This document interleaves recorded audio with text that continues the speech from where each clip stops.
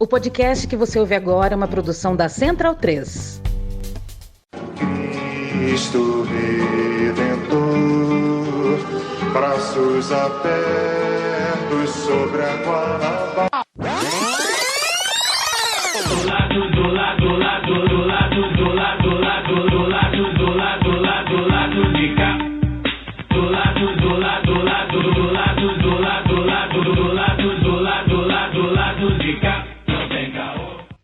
Bom momento, ouvinte do lado B do Rio. Eu sou a Luma e estou passando para avisar que a WeCreate Idiomas, a escola de idiomas parceira do lado B, está com matrículas abertas para 2025. Então, se você quer estudar inglês ou espanhol, no conforto do seu lar, online, ao vivo, com professores graduados em letras, esse é o seu momento. Até dia 30 de novembro, estamos com condições especiais para matrículas. Segue a gente em @WeCreateIdiomas. Se você não sabe escrever WeCreate, fica tranquilo. É WECREATE Idiomas. E lá você vai achar todos os links para o nosso WhatsApp, para o nosso site e um monte de vídeo legal. A WeCreate é uma escola feita por 2 professoras, contrata todos os seus funcionários através da CLT e pagamos todos os direitos trabalhistas. Então, nós somos muito preocupadas com questões sociais e vocês podem estudar sem peso na consciência, sabendo que não estão estudando no curso de um bilionário que não está nem aí para vocês. Valeu, galera. Um abraço. Bom momento, espectadores e espectadoras do Lado B. Bom momento aos ouvintes da Central 3. Hoje é quinta-feira, dia 7 de novembro de 2024.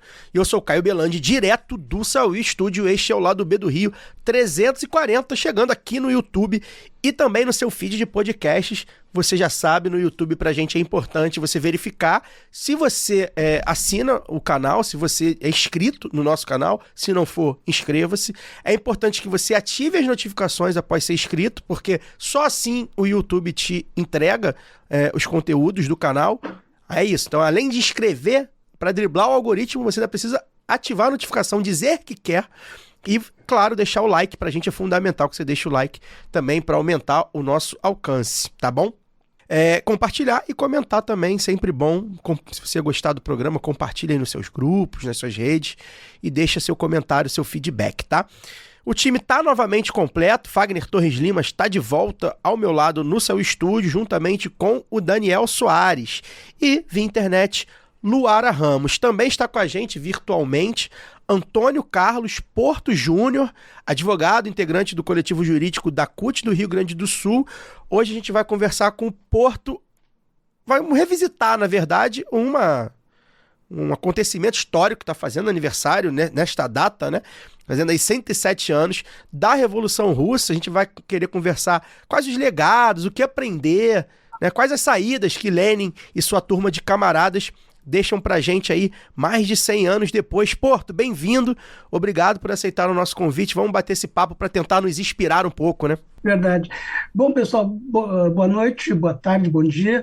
Eu fico muito agradecido por participar do programa de vocês, estou muito honrado, e tratar de um tema que foi transcendental para a história do século passado, do século XX. Foi um dos acontecimentos mais marcantes daquele período e que está agora fazendo um pouco mais de 100 anos. Acho que é algo que a gente precisa conversar, precisa relembrar, porque, de uma forma impressionante, a história vem sendo reescrita de uma maneira muito rápida, e alguns elementos como redes sociais e como Wikipedia conseguem fazer com que vários acontecimentos históricos hoje tenham um vetor totalmente diferente do que eles eram. Se a gente consulta o mesmo verbete algum tempo atrás, o seu conteúdo é completamente diferente. Então é importante a gente fazer esse debate aqui e tratar desse tema que é instigante. É isso, Luara, boa noite. Vamos falar de Revolução Russa e vamos falar de Trump também no próximo bloco, no bloco do Caô da Semana. Bem-vinda. Olá, Caio, Fagner, Daniel, bom ter o time completo de novo. Olá, Porto. Para citar, já que a gente já falou aqui do camarada Lenin, né? Há décadas em que nada acontece, mas há semanas em que décadas acontecem, né? Há dias também que antecipam bastante as coisas. Acho que o Porto já deu a linha do que vai ser essa conversa, a gente revisitando aí a Revolução Russa, o legado, os símbolos também, que eu acho que são importantes, né? Ainda mais agora, com essa nova vitória, né? Mais um avanço aí da extrema-direita. Acho que a gente tem muito Eu vou dizer que aprender, porque parece que não aprendemos também assim. Então, vamos junto nesse papo aí hoje. A gente está há uma década em que toda semana passam algumas décadas. Fagner, boa noite, bem-vindo de volta. Boa noite, obrigado mais uma vez. Também Caio, Daniel, Luara, obrigado, Porto. Só complementando o que o Porto falou, né? Eu acho que a Revolução Russa não só está fazendo aniversário, como está fazendo muita falta também. Eu acho que ela está fazendo mais falta que aniversário, na verdade. Num momento como esse, era fundamental que ela estivesse aqui perto da gente. Mas ela partiu e nunca mais voltou. Ela partiu. Daniel, você que é um fã de efemérides, né? Vamos falar sobre você. É um fã de efemérides, a gente sabe. Boa noite. Boa noite, né? Efeméride quebrada, né? 107. Efeméride. Mas eu acho que a gente tem que cantar o parabéns. Eu acho que há 7 anos atrás a gente fez um programa, inclusive, né? Sobre o centenário. Né? Então, boa noite para todos na mesa e vamos lá. A gente fez, eu queria lembrar depois o número, depois se você puder pesquisar aí, a gente vai dar o serviço completo, mas a gente fez sim.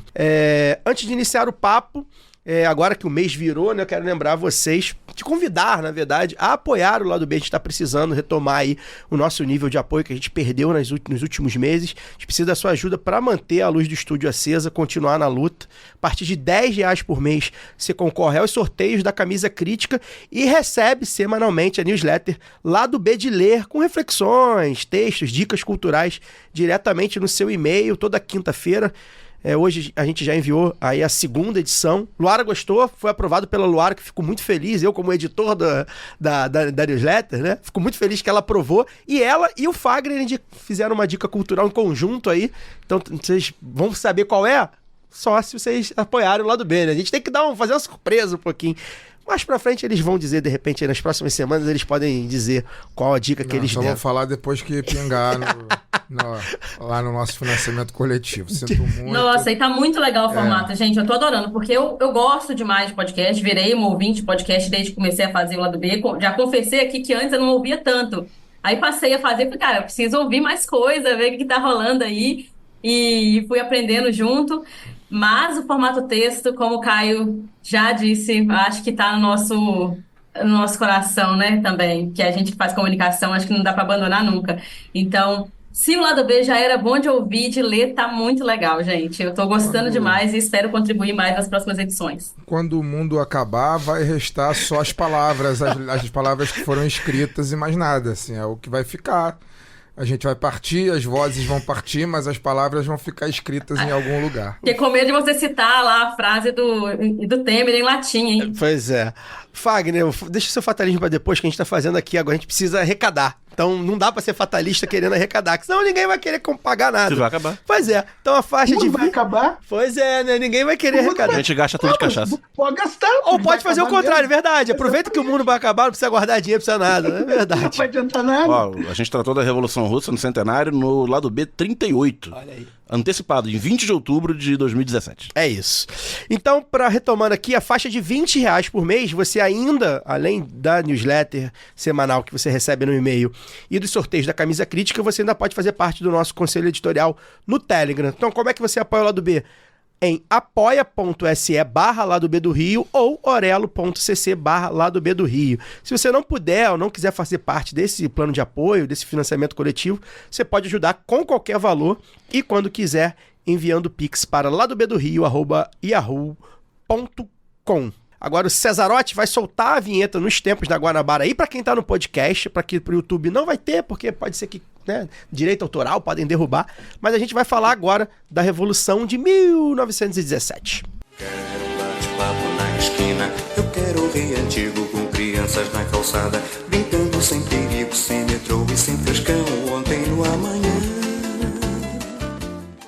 Porto, eu quero falar bastante das lições, dos legados, né, desse movimento, mas eu acho que antes é necessário a gente fazer uma breve contextualização, uma explicação, enfim, mais resumida possível, né, embora esse seja um assunto difícil de resumir, desse contexto pré-revolucionário, né? Ou seja, como é que a Rússia e o mundo, o que se explicava naquele momento para vir uma explosão de uma revolução tão significativa, tão simbólica para o século XX. Então eu queria que você desse um pouco desse apanhado, né, do contexto à época para que, enfim, chegasse ali no 7 de novembro, no nosso calendário, né? Em 17, na Revolução Russa. Eu posso fazer um acréscimo ao que o Porto pode falar também, se além disso, se ele vê se esse panorama, né, de lá de 1917, pré-revolucionário, se existe algum paralelo com o que a gente vive hoje, assim, aquele cenário com o que a gente vive hoje também.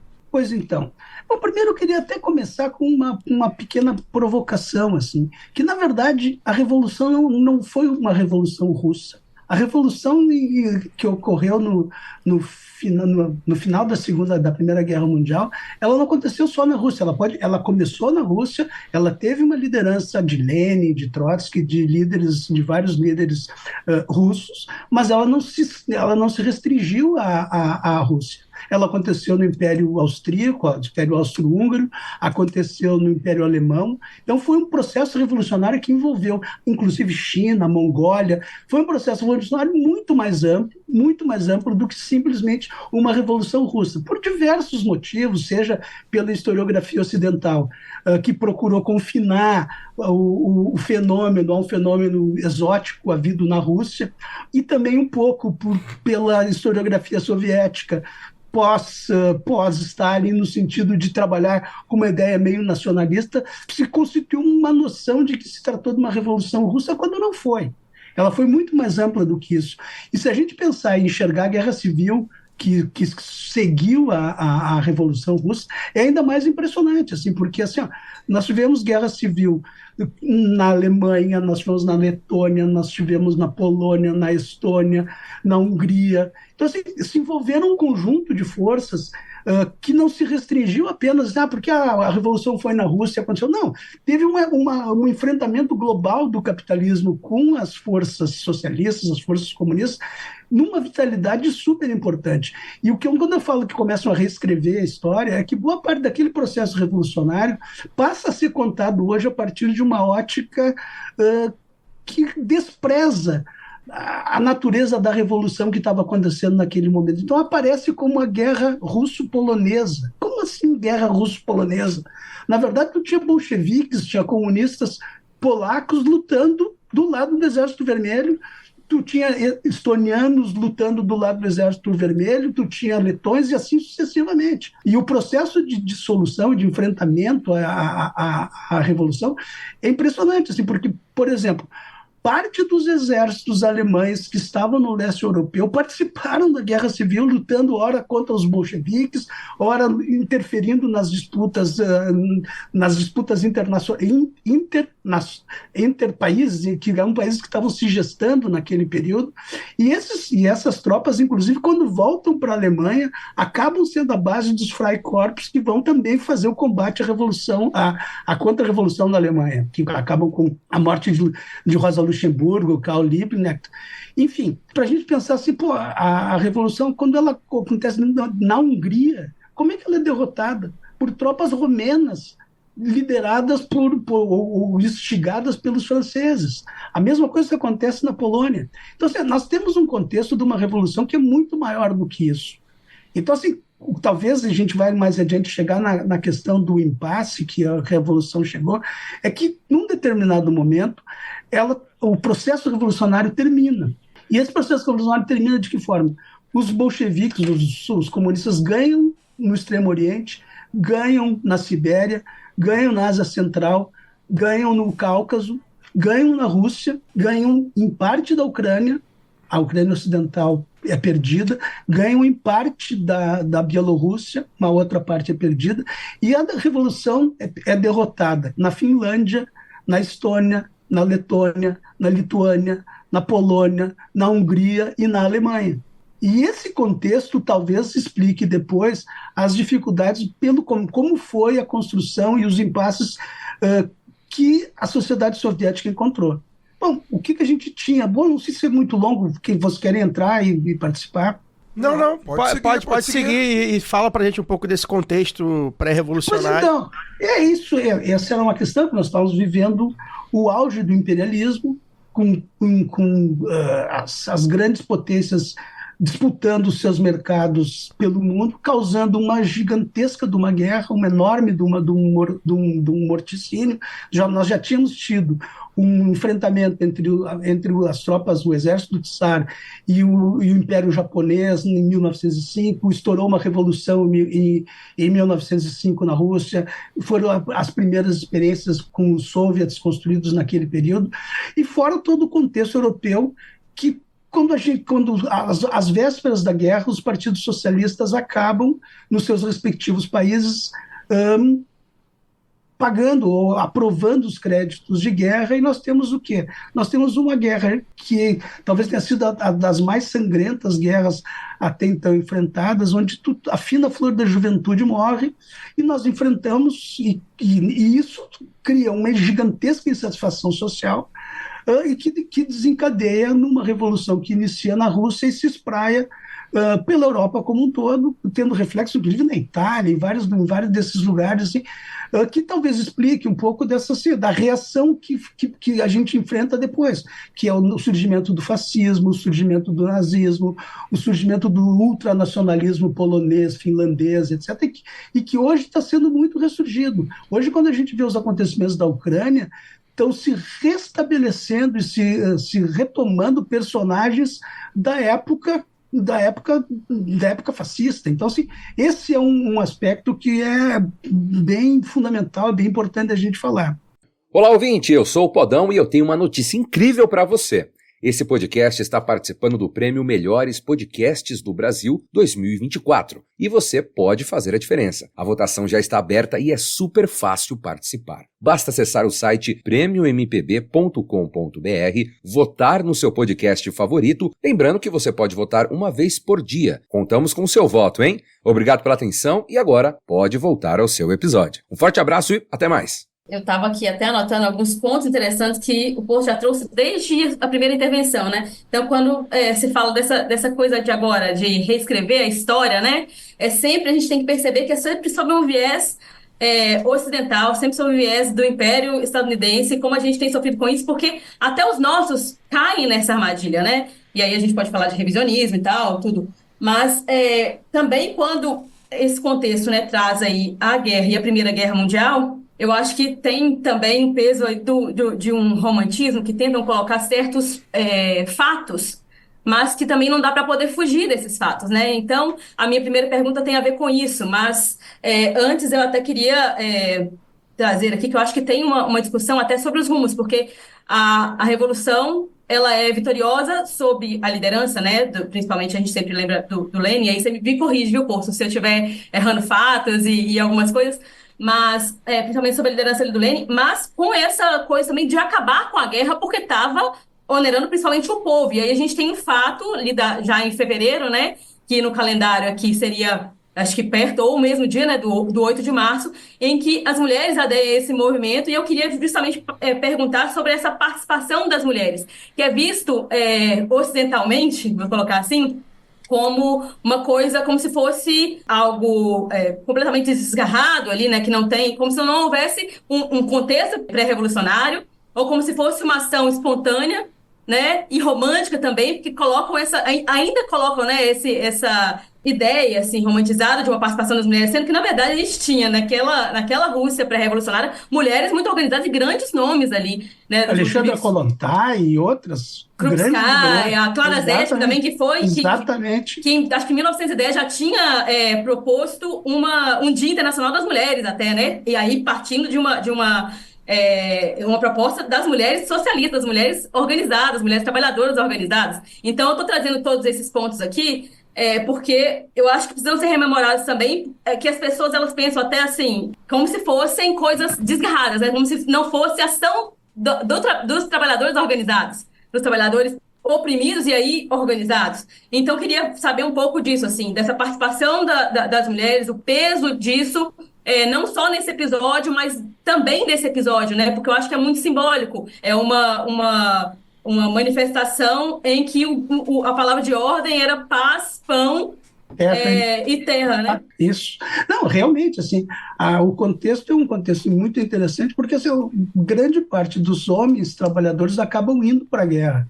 Então tem um aumento gigantesco da força de trabalho, além do histórico bolchevique, de grandes lideranças bolcheviques, mulheres anteriores, tu tem uma concentração gigantesca de mulheres nas indústrias, nas fábricas, e é justamente nisso, a partir justo do 1º de maio que se tem a detonação, que digamos assim, seria a faísca que acaba fazendo com que todo esse processo revolucionário acabe acontecendo.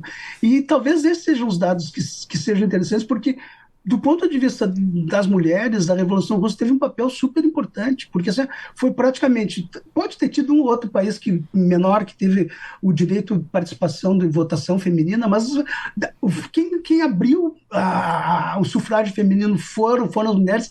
Legislações para a época super avançadas, como legislação do aborto, legislação sobre o divórcio, que a gente tem que pensar no contexto do século XIX ou no início do século XX. Então, assim, a possibilidade de dissolver casamentos, enfim, criar creches para as mulheres poderem trabalhar, enfim, tem todo um contexto que transformou a Revolução num polo de atração e digamos assim, porque tu dissesse a questão de romantizar, mas assim, o fato de tu ter transformado o mundo naquela velocidade, com tanta força, espalhou uma energia para o mundo inteiro que foi difícil segurar, e acaba sendo a base, a gênese de grande parte de todos os processos de organização posteriores àquilo. E um aspecto que a gente tem que pensar, assim, a revolução, os socialistas, digamos assim, eles, em torno da paz, eles ganham a revolução em 2 países, porque também derrubam o Kaiser na Alemanha, e quem assume o poder é o Partido Social Democrata na Alemanha. E na Rússia derruba o Tsar, e quem assume o poder são os bolcheviques.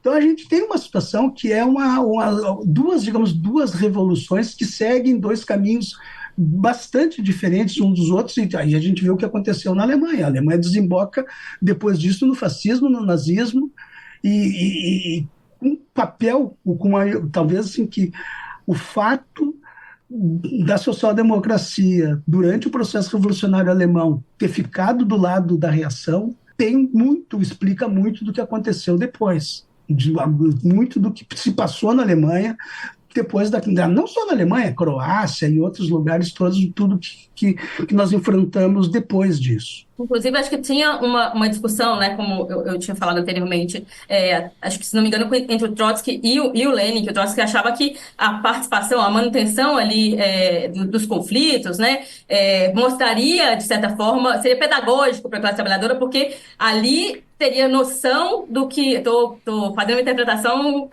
tosca aqui, tá? Mas ali você teria uma noção, assim, do que é o peso do imperialismo, né, sobre a classe trabalhadora.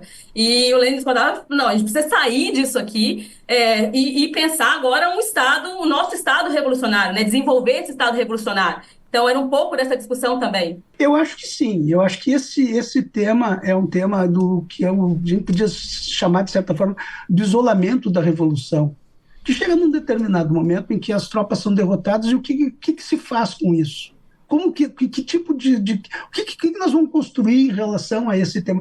E aí talvez resida um dos assuntos mais complexos que se pode enfrentar, assim, porque surge a teoria de pós-Lenin, uma teoria do socialismo num só país. Isso é uma questão difícil de ser abordada e pensada, assim, porque sempre se pensou, quando se falava uma revolução internacional, mas de repente cai no colo dos bolcheviques a gestão de um país. E aí tu tem problemas de que quem é prefeito de uma cidade sabe o que significa. Tu tem que resolver problemas reais de pessoas reais com acontecimentos reais. E esse isolamento talvez seja um dos pontos mais complicados do processo de construção do socialismo na União Soviética. Porque, de um lado, se tem uma perda na Revolução e na Guerra Civil de grande parte das suas lideranças, das suas principais lideranças, as mais experientes, as mais combativas, são digamos assim, são mortas, ou chegam num processo de exaustão depois de todo esse tema, onde há um renascimento de um certo conservadorismo, entre aspas, dentro da sociedade soviética, que se reflete, inclusive, na questão feminina, recuando em relação a uma série de direitos que, se chamam a questão do aborto e outras questões, passam a ser tratadas de uma maneira, digamos, bem mais conservadoras do que antes. E a questão é, o que se faz, o que a liderança bolchevique faria naquele momento onde tinha o poder num determinado estado e como seguir adiante? Acho que esse foi o grande debate que acabou envolvendo o Trotsky, envolvendo Stalin, que terminou com o exílio, a derrota do Trotsky e o seu exílio, e o Stalin, de certa forma, representando aquele partido que tinha sobrevivido à Revolução e queria uma alternativa, digamos, não exatamente pacífica, mas uma alternativa de tu resolver, construir alguma coisa mais concreta ali, talvez tenha posto de lado uma porção de temas. E aí a gente vê assim, a questão da economia. Como é que a Rússia termina, a União Soviética termina a guerra completamente devastada, completamente destruída? E aí, como é que reconstrói isso? Teve todo um debate econômico super complexo em relação a esse tema, mas o que acaba vingando com o apoio do Lenin e Bukharin, o que era? Era a nova política econômica, a NEP, que era uma ideia de tu permitir que as forças econômicas, digamos, dessem uma liberdade para existir algum tipo de comércio, algum tipo de atividade econômica privada dentro da União Soviética. E esse acaba sendo um debate que vai perpassar todo aquele período de consolidação do processo revolucionário e que culmina, talvez, assim, quando Stalin derrota, primeiro Stalin derrota a esquerda dentro do partido, e num segundo momento ele derrota a direita, derrota o Bukharin e aplica talvez uma medida drástica e talvez a segunda mais complicada da Revolução Russa, que foi o processo de coletivização das terras todas, a coletivização forçada da economia, da agricultura soviética. E que foi um processo traumático, de um lado, sem dúvida nenhuma, mas que, de alguma maneira, certo ou errado, lançou as bases para que fosse possível construir um país, financiar o crescimento da economia, financiar a industrialização da União Soviética.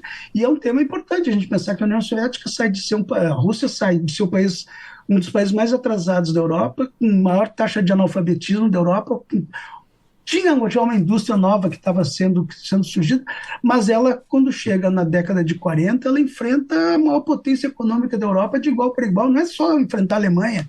A invasão da Rússia na Segunda Guerra Mundial foi feita pela Alemanha, pela Romênia, pela Hungria, com tropas espanholas, até francesas.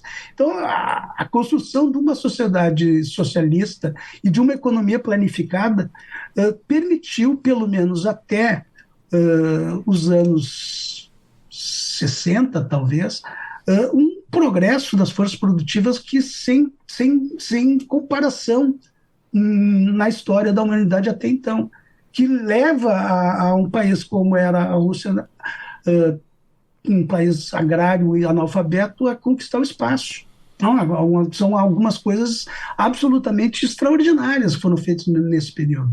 Porto, queria dar um passo atrás, pensando com a cabeça talvez de alguém que esteja assistindo a gente que não está, que é pouco familiarizado com o tema ou nada familiarizado com o tema. Queria que você falasse um pouquinho sobre as formas de organização que desembocaram naquilo que se convencionou chamar os 10 dias que mudaram o mundo, né? Como que aconteceu essa organização de uma população, como você mesmo disse, analfabeta, agrária, muitíssimo atrasada, num país enorme, numa região enorme, uma região que tem boa parte do seu território absolutamente inóspita. E aí como que ocorreu essa organização de homens e mulheres que, com um acúmulo, né? Eu imagino que com um acúmulo de tempo, apesar do atraso educacional que existia, mas com um acúmulo de tempo, desembocou nesse movimento que foi capaz de derrubar um imperador, né, um czar, e transformar a história do século, né? Exatamente. Até aquele momento. Queria que você falasse um pouco desse passo a passo, dessa linha do tempo. Como que foi que isso se desenvolveu para que as pessoas aqui talvez não tenham tanta familiaridade ou não lembrem, né? Porque nem todo mundo estudou o tema, por mais importante que ele seja. Queria que você falasse um pouquinho sobre isso. Sim, além de tudo, o tema, ele, além de estar, digamos assim, no lado C, não é nem no lado B, ele está escondido, essa discussão como um todo, que não é tratada de nenhuma forma. Então, assim, é natural a gente ficar, estava até pensando nisso, né, quando a gente estava conversando, assim, eu sou de 1960, de 61 eu nasci. Se você olhar para trás, assim, quando eu tinha 15 anos, digamos assim, era 100 anos atrás, era o quê? Era a Guerra do Paraguai. E que, para mim, aquilo era um troço que aconteceu num período absolutamente distante do meu cotidiano. Eu imagino as pessoas de hoje olhando para a Revolução Russa mais ou menos da mesma forma como eu olhava para a Guerra do Paraguai, que não era algo que fizesse parte da minha vida. E, ao contrário, para nós, para a minha geração, a Revolução Russa foi algo que fez, assim, estava presente no meu dia a dia, no dia a dia de todos nós, era uma coisa assim, que nos mexia com tudo. Mas, enfim, e aí eu acho que tem o legado da Revolução de 1905, que foi um processo de organização inovador, que foram os conselhos, os soviets, como era a denominação em russo. E essa experiência nasceu lá em 1905, numa auto-organização com subdireção política, lógico, e que foi capaz de superar a forma de representação burguesa, porque essa era uma questão também. Qual era a oposição liberal na Rússia? Queria o quê? Queria um Estado normal, burguês, comum, um parlamento, uma Duma, como eles chamavam.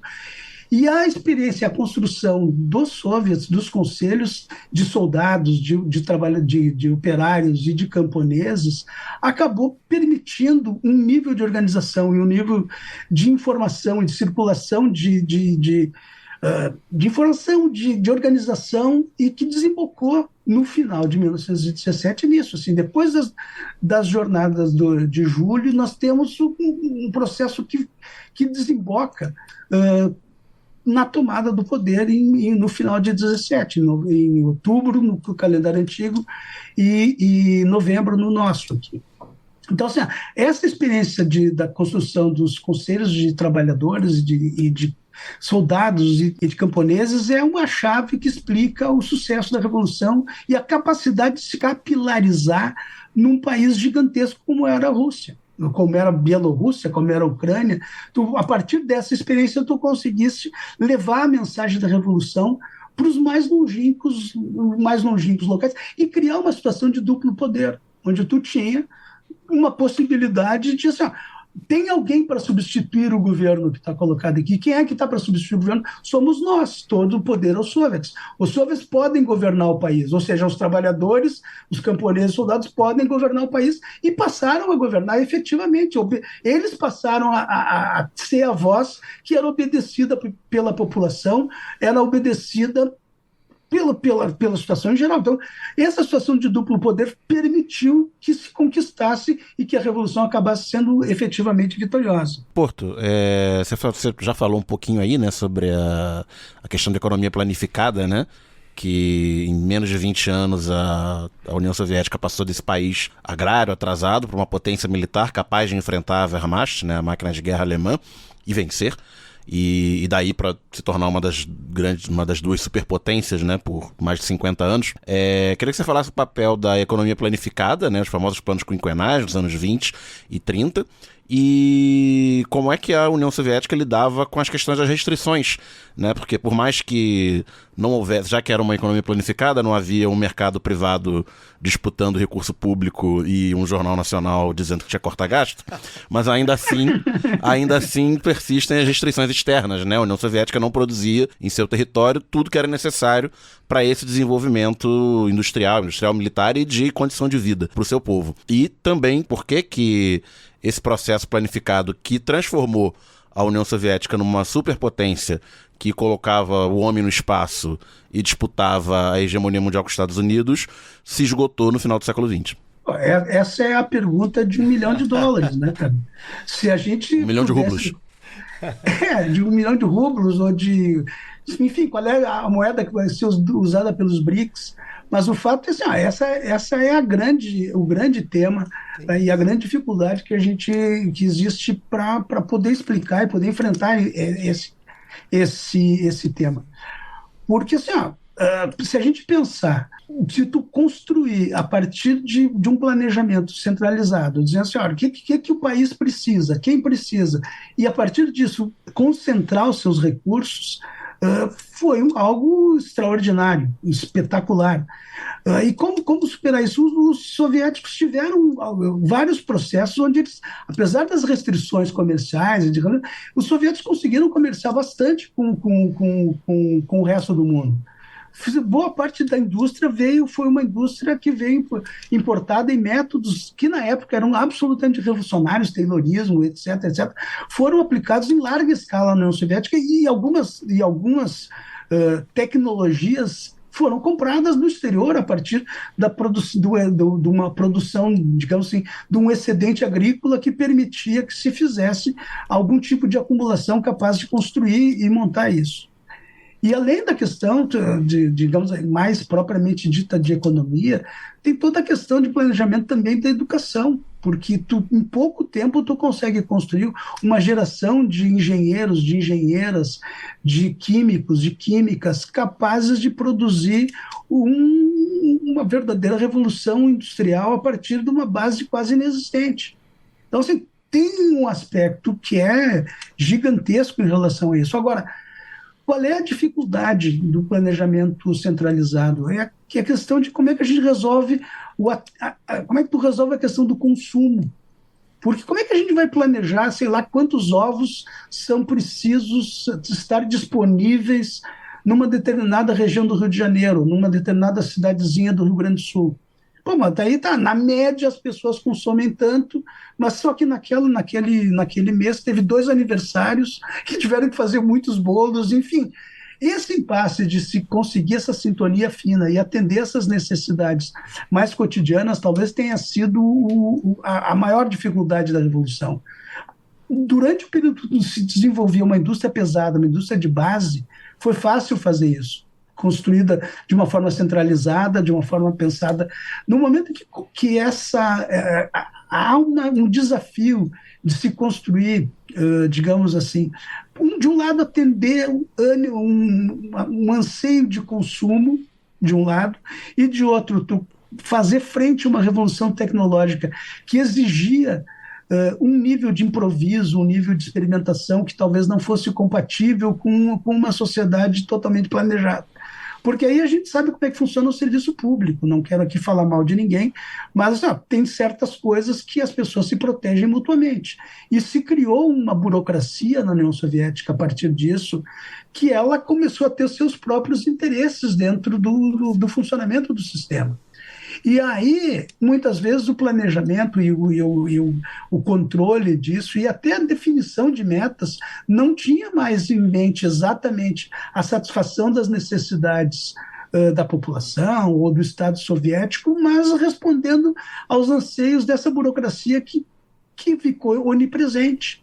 Ela era uma burocracia absolutamente essencial, é impossível se organizar uma sociedade, um Estado, sem uma burocracia qualificada, isso é óbvio, mas a partir de um certo momento, ela adquiriu uma autonomia tal que começou a comprometer de uma maneira cada vez mais definitiva o funcionamento do Estado soviético. E esses funcionários acabaram sendo a base, que foi primeiro a base do Stalin e depois a base Brezhnev, enfim. Esse talvez seja o grande ponto onde, num determinado momento, o sistema cesarino não conseguiu, digamos assim, se renovar, porque a burocracia não quer renovação. A burocracia quer que as coisas continuem como elas estão, porque é seguro, porque é funcional assim, e porque eu não preciso me preocupar com o dia de amanhã, porque eu não quero correr riscos, enfim. Esse acabou sendo um fator importante, e quando a União Soviética tentou fazer o processo, digamos assim, de abertura econômica, de repensar uma perestroika, como eles chamavam, assim, talvez tenha feito isso num momento onde já havia um enfraquecimento relativo da União Soviética, por um lado, envolvido na corrida armamentista, e de outro, nos próprios impasses mesmo internos do sistema soviético. Se chegou a uma situação onde, de uma forma inesperada, pelo menos para a grande maioria das pessoas, a União Soviética se dissolve sem maiores resistências. Muito se falava que para o processo revolucionário ser detido definitivamente na União Soviética, teria que haver uma contra-revolução política. De certa forma, houve uma contra-revolução, mas ela foi uma revolução que não teve, digamos assim, um processo de violência, nada. Ele foi quase um processo não vou dizer desabamento, mas assim, de dissolução mesmo das suas instituições. E, bom, esse talvez seja a discussão mais difícil de todas, que a gente enfrenta hoje, que o neoliberalismo se alimentou muito dessa ideia de que a economia planificada ela é uma economia ineficiente, o Estado é incapaz de ter um papel indutor eficiente da economia e que, portanto, tem que abrir tudo para o mercado e a dificuldade que nós tivemos de ter uma resposta articulada a isso nos criou enormes problemas, assim, com uma certa adesão de boa parte das lideranças socialistas a uma ideia de que, olha, não tem alternativa, nós vamos ter, o mundo é esse, nós temos que tentar distribuir um pouquinho melhor a renda e um pouco por aí. Talvez muitos dos problemas políticos que nós estamos enfrentando hoje decorram disso, assim. A dificuldade que a esquerda mundial, não é só nos Estados Unidos, não é só... em responder aos anseios reais da população. Porque, assim, claro que nós temos enormes avanços em vários aspectos, mas assim, hoje viver sob o neoliberalismo é muito ruim para quase todo mundo. É um existir péssimo, um existir que é angustiante, que leva à depressão, Mas agora, efetivamente, alguns dentro do neoliberalismo se deram bem. Então, assim, tem segmentos assim universitários, segmentos de nível superior que tiveram o mundo aberto. Eles podem viajar, podem dar aula na Espanha, podem dar aula na Rússia, podem dar aula onde quer que seja, nos Estados Unidos, né? Enfim, capacidades de enfrentar isso. Mas quem é que o Partido Socialista Francês representava nas últimas eleições? Cara, eles só não tiveram como candidato a presidente, o presidente do banco do FMI, porque o sujeito se passou com uma camareira em Nova York. Senão ia ser o candidato socialista, ia ser o presidente do banco do FMI. Que esquerda é essa? Que esquerda é essa que trabalha nesses termos, num nível tal de subordinação? Aí é meio inevitável o surgimento de movimentos como a gente tem visto na Europa, movimentos que supostamente têm um desenho que são de direita, em alguns casos efetivamente, mas que levantam temas assim de soberania, de combate a um tipo de globalização que desrespeita digamos, a realidade do cotidiano de cada um, as especificidades culturais de cada país, enfim. Acho que esse é um impasse grande que a esquerda precisa responder como um todo. E hoje, diante da guerra na Ucrânia, o que a gente assiste do papel da esquerda, sobretudo da esquerda europeia, diante da guerra, da sua incapacidade de compreender o que está em jogo e a sua subordinação aos interesses dos Estados Unidos, do imperialismo, é uma coisa chocante. Não dá para se queixar quando a AfD começa a crescer na Alemanha. Por sorte, tem alguns grupos crescendo, tipo o Sara e outros, que possam eventualmente servir de contraponto a isso. Mas acho que a gente tem que repensar o programa como um todo. Peço licença para dar uma pausa no programa e apresentar os nossos parceiros. O sorteio para apoiadores e apoiadoras do lado B é um oferecimento da Camisa Crítica. Ouvinte tem 10% de desconto no cupom LADO B no site www.camisacritica.com. Tem lojinha física da Camisa Crítica no Sol e Sombra, bar que fica no bairro Bela Vista, em São Paulo. Já aqui no Rio, tem no armazém do MST, na Lapa, e na livraria Leonardo da Vinci, no centro. Camisa Crítica criada para uma esquerda que não tem medo de dizer seu nome. Aproveite e siga nossos parceiros nas redes sociais. Obrigado pela atenção e voltamos ao programa. Porto, a gente vai retomar esse assunto provavelmente na última pergunta, mas antes de retomar esse assunto para fazer um comparativo, digamos assim, né, de o que a gente pode aprender com o Lenin e os camaradas, eu quero retomar a questão da União Soviética no contexto pós-revolucionário de Segunda Guerra Mundial. A gente estava conversando aqui sobre o roteiro mais cedo e a gente frisou a questão da participação da União Soviética na guerra, né, na Segunda Guerra. E aí você cita, é interessante que você cita sobre como hoje em dia há uma certa historiografia ou mesmo pesquisas da internet, né, desfazendo do que foi a Revolução e depois a União Soviética, mas isso vem de antes, né? Vem dessa guerra cultural que os Estados Unidos vence principalmente a partir de Hollywood, né? Então, a gente vê aí... é uma tecla que eu bato bastante, porque a minha formação política vem muito daí. Mais do que a formação de livros, de leitura, vem muito dessa coisa do filme, das séries e tudo mais, né? Exatamente. E a Segunda Guerra, ela é muito vista, né, como uma vitória americana praticamente. Os Estados Unidos, os heróis americanos, né, uma participação bem menor da União Soviética. E eu vejo algumas retóricas até interessantes, alguns arroubos retóricos dos camaradas aí, dos comunistas da internet, né, sobre, se não fosse Stalin, a gente estaria falando alemão e tal. Acho excelente esse tipo de retórica. Mas eu queria que você falasse um pouco sobre essa participação da União Soviética. A gente acha que é necessário que a gente fale desse assunto sempre, porque de fato, né, a gente sabe, a gente tem ideia mais ou menos de como foi essa participação, a gente que por leitura e tudo mais. Queria que você falasse um pouco e como você vê isso sendo avaliado, não só hoje em dia, com a internet e aí com o crescimento da extrema-direita global, mas mesmo no contexto de guerra cultural, Guerra Fria, né? Dos Estados Unidos ali com Hollywood tratando aquilo ali como se fosse um feito americano, os heróis americanos, né? São vários os filmes, a gente pode citar aqui vários os filmes que ganharam o Oscar, que são renomadíssimos. Curiosamente, no filme alemão A Queda, né, dos últimos dias de Hitler no bunker, ali mostra quem tá chegando são os soviéticos, quem tá chegando em Berlim. Pois é. E queria que você falasse um pouco, né, sobre a Segunda Guerra, um pouco também, e como é que você vê esse apagamento mesmo da União Soviética nessa guerra cultural ali da Guerra Fria, né, do bloco capitalista com o bloco comunista. Hoje em dia, né, a gente vê hoje em dia, assim, a gente tá na internet, né, nossos camaradas fazendo conteúdo, tentando resgatar histórias, filmes soviéticos, né, música soviética. A gente tinha aqui o Alcísio, né, que gostava das músicas soviéticas e tal. Música do Silvio Santos? Pois é, inclusive a música do Silvio Santos. É verdade. Pra tentar retomar essa realidade dos fatos, né, ó.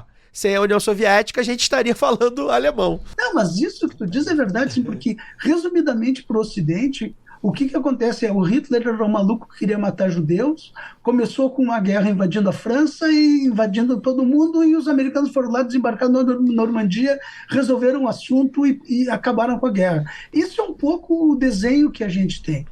Do ponto de vista mais profundo, pessoal, assim, a complicação é tal assim, que quase toda a história da Segunda Guerra Mundial foi contada a partir das memórias dos generais alemães. Esse é um ponto fundamental. Quer dizer, como o Ocidente adotou boa parte desses generais alemães, passaram a fazer parte, inclusive da OTAN, como conselheiros, e foram as suas memórias que contaram a guerra, e que tem um mito que os soviéticos ganharam a guerra. Eles eram muito incompetentes, mas eles eram muito numerosos e, portanto, de uma forma quase como um formigueiro irresponsável, eles avançavam contra as metralhadoras de meia dúzia de alemães abnegados e soldados profissionais extremamente capacitados, enfim. Hoje tem se conseguido, a partir da abertura da possibilidade de ter acesso aos arquivos soviéticos, conseguir ter uma leitura diferente. Só para dar um exemplo, assim, a maior batalha da Segunda Guerra Mundial praticamente é desconhecida no Ocidente, que é a chamada Operação Bagration, onde é a libertação da Rússia Branca, da Bielorrússia, que ela a derrota é maior que Stalingrado. Todo o 9º Exército Alemão é destruído, cercado e destruído nas fronteiras da Polônia. Então é uma operação gigantesca que acontece, ela é prometida para os Estados Unidos para apoiar o desembarque na Normandia. E pouco depois do desembarque na Normandia, os soviéticos lançam o maior ataque da história, de um nível de planejamento, no nível de sofisticação, a capacidade digamos assim, de encobrir o que eles estavam fazendo.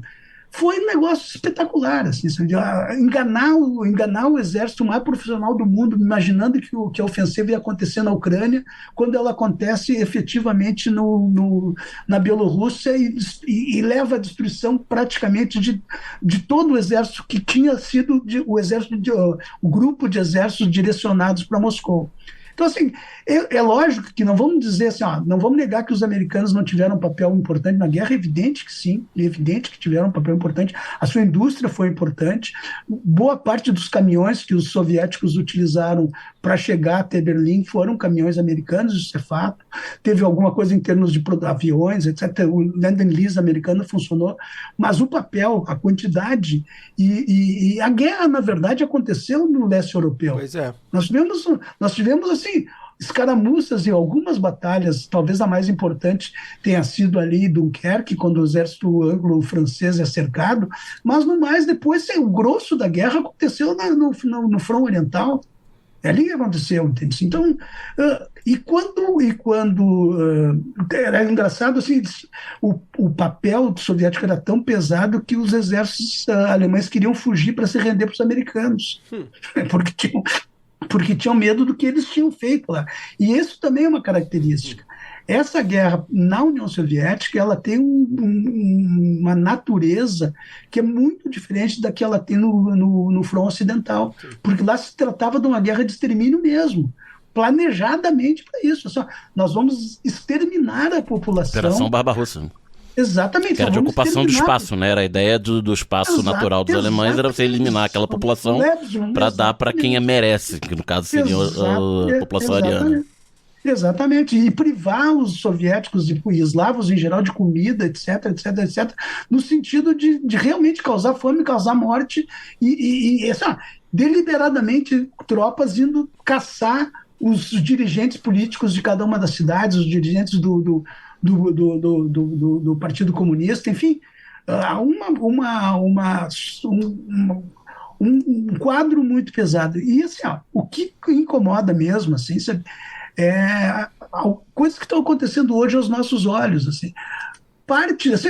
Qual foi um dos países que teve as SS, que era uma força de elite do exército alemão?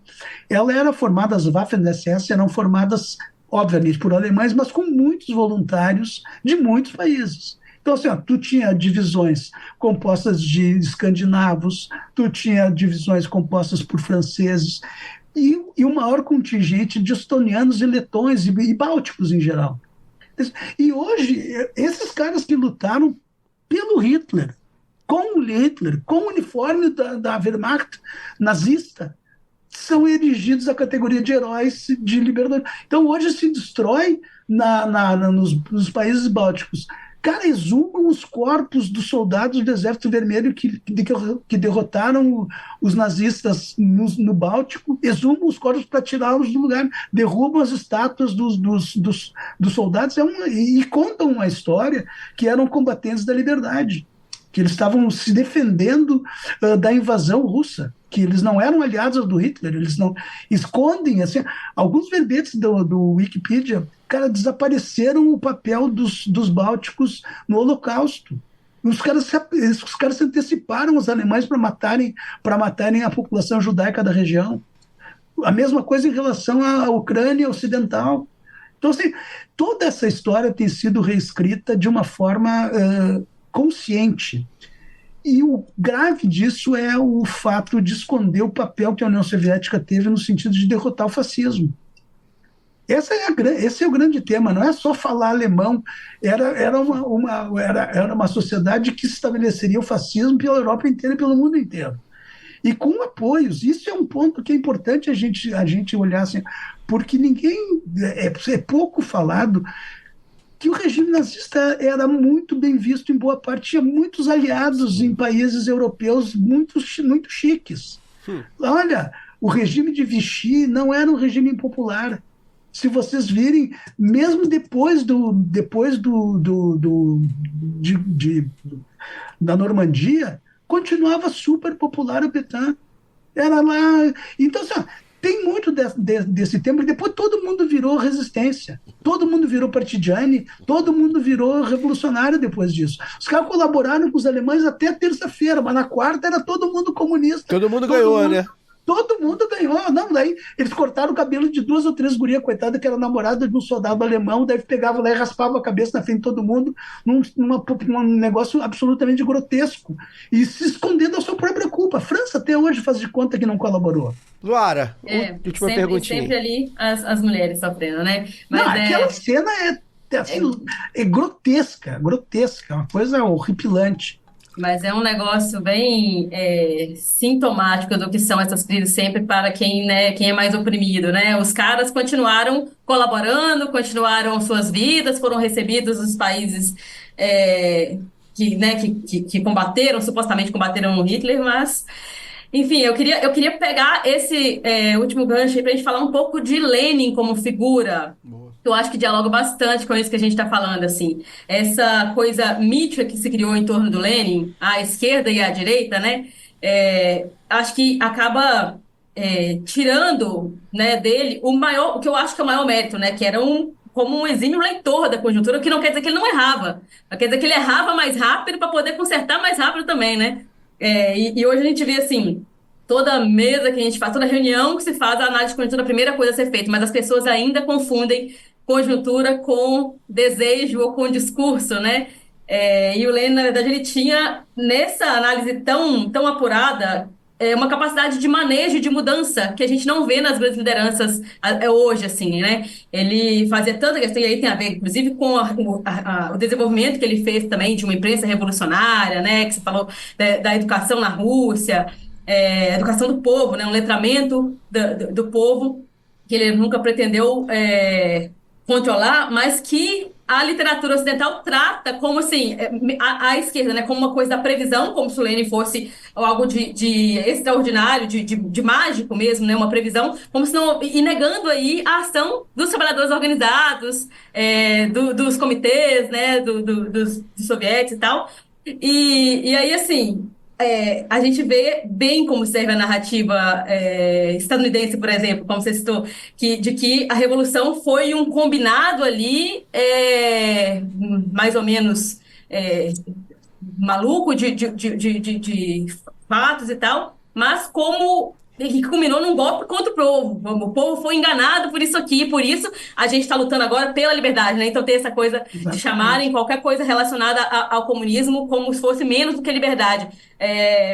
Uma espécie de engodo, né? Como se a revolução fosse uma espécie de engodo, de golpe contra o povo. E a esquerda, eu lembro de um companheiro nosso do PT, o PC Veríssimo, lá do sul de Minas, um abraço para o PC se ouvir a gente, ele brincava assim, que o Lenin era o Sazon do Revolucionário de Goela. Falava assim que às vezes as pessoas citavam o Lenin como quem coloca sazon na comida, sabe? Aquele tempero pronto, e fica tudo com gosto de sazon, mas cita sem praticar, né? Acaba mistificando, paralisa ali e não leva necessariamente à ação. Quer dizer, o Lenin tem um livro que o título é O que Fazer, mas as pessoas até hoje não sabem o que fazer. Então eu queria que você falasse um pouco dessa figura, né, que faleceu muito pouco tempo, né? Pouquíssimo tempo depois. Esse ano completa, aliás, 100 anos da morte de Lenin, né?